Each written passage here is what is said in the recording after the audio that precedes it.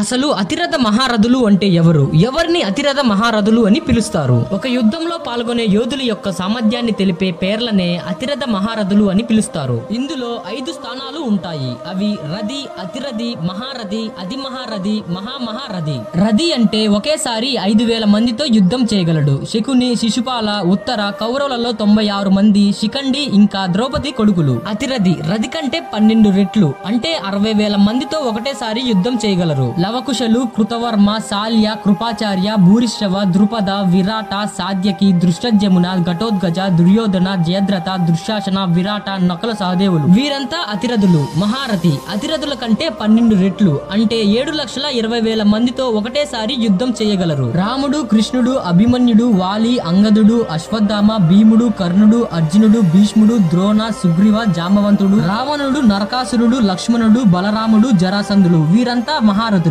అతి మహారథి మహారథి కంటే 12 రెట్లు అంటే 86,40,000 మందితో ఒకటేసారి యుద్ధం చేయగలరు. ఇంద్రజిత్, పరశురాముడు, ఆంజనేయుడు, వీరభద్రుడు, భైరవుడు వీరిని అతి మహారథులు అని పిలుస్తారు. రామ రావణ యుద్ధంలో పాల్గొన్నది ఇద్దరే అతి మహారథులు, అటు ఇంద్రజిత్తు, ఇటు ఆంజనేయుడు. మహామహారథి అతి మహారథికి 24 రెట్లు ఒకటేసారి 20,73,60,000 మందితో యుద్ధం చేయగలరు. బ్రహ్మ, విష్ణు, మహేశ్వరులు, దుర్గాదేవి, వినాయకుడు, సుబ్రహ్మణ్య స్వామి వీరంతా మహామహారథులు అని పిలుస్తారు.